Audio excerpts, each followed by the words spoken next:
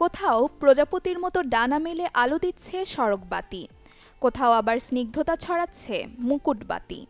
নান্দনিক সব সড়কবাতি রাতের আঁধার কাটিয়ে রাজশাহী নগর করেছে আলোকিত। বিদেশ থেকে আনা দৃষ্টিনন্দন সড়কবাতিগুলোর কারণে রাজশাহী নতুন করে তকমা পেয়েছে আলোর শহর হিসেবে।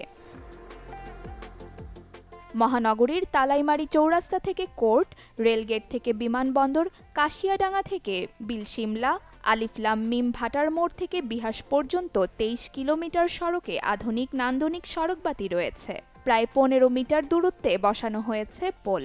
এছাড়া ১৮টি মোড়ে পোলে ফ্লাড লাইটও বসানো হয়েছে।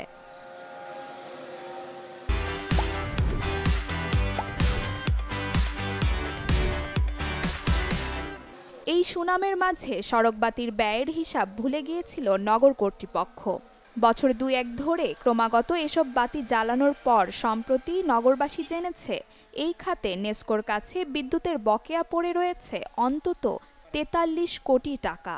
এমন অবস্থায় এই খাতের দুর্নীতি অনুসন্ধানের দাবি নগরবাসীর। গোটা বাংলাদেশের মধ্যে আলোকিত শহর হিসেবে রাজশাহী শহর পরিচিত।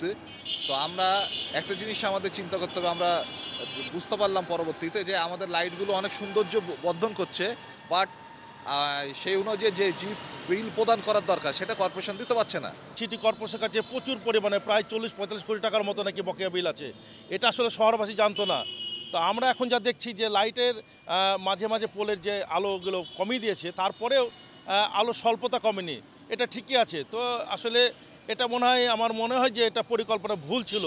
আমাদের দরকার রোডে আলো, কিন্তু এখানে আসলে আলোর পরিবর্তে হচ্ছে যে এখানে বেশি পোল বসিয়ে একটা হলো যে লোপাটের দুর্নীতি হয়েছে ওই সরকারের আমলে, যেটা এখন হলো যে ভোগ করছি আর আমরা আর কি এখানকার সাধারণ মানুষগুলো আর। যদিও এরই মধ্যে ব্যয় কমাতে এবং দায় মেটাতে সড়কবাতির আলো ৫০% কমিয়ে ফেলেছে সিটি কর্পোরেশন।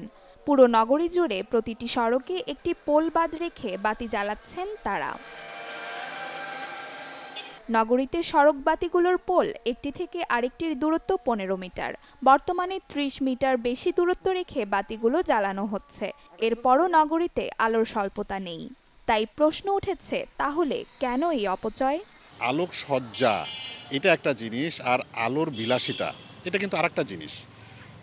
এর সাথে সাথে আরও যে জিনিসগুলো আছে, আপনার ধরেন যে বায়োডাইভার্সিটির একটা প্রশ্ন চলে আসে।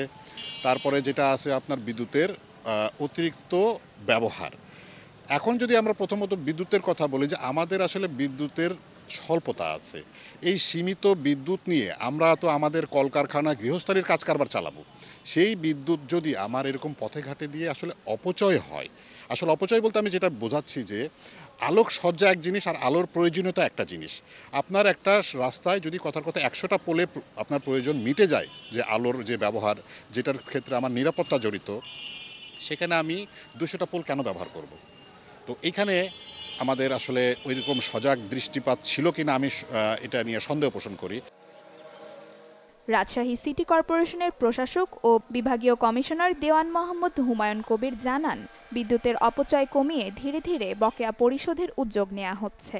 বিদ্যুৎ কিন্তু প্রতুল না, একেবারে অপর্যাপ্ত না। কিন্তু আমি যদি বিদ্যুৎটা কম ব্যবহার করি, আরেকজন ব্যবহার করতে, আমার কৃষিতে ব্যবহৃত, আমার শিল্পে ব্যবহৃত, সব কিছু ব্যবহৃত হবে। আমার টাকা থাকলে আমি এতগুলো বিদ্যুৎ ব্যবহার করব না। তো সেই অংশ হিসেবে আমরা ইচ অল্টারনেটিভ, অর্থাৎ আমাদের যে বিদ্যুতের পিলার আছে, খুঁটি আছে, একটা অল্টারনেটিভ পরপর চালাচ্ছি। তাতে আমি কিছু বিদ্যুৎ সাশ্রয় করতে পারি, 50% বিদ্যুৎ সাশ্রয় করতে পারি। এটা একটা হয়েছে। আর দেখা গেছে সিটি কর্পোরেশন থেকে বিদ্যুৎ বিল যথাযথ সময়, প্রতি মাসে আমার ৫০ লাখ টাকার মতো বিল আসে, সেই টাকাটা পরিশোধ করতো না। তো আমি আসার পরপরই প্রতি মাসে ৫০ লাখ টাকা করে বিদ্যুৎ বিল দিয়ে যাচ্ছি, এবং গ্যাপটা কমেছে। আমাদের প্রায় ৪৩ কোটি টাকার মতো বিদ্যুৎ বিল বকেয়া ছিল। এটা আমরা চেষ্টা করব কয়েক মাসের মধ্যে এটিকে পূর্ণ পরিশোধের দিকে আমি যেতে চাই। ১০৩ কোটি ৭ লাখ টাকা ব্যয়ে ২০২১-২২ অর্থ বছরে নান্দনিক সড়কবাতি স্থাপন করা শুরু করে Rajshahi city corporation. Desk report, channel 24।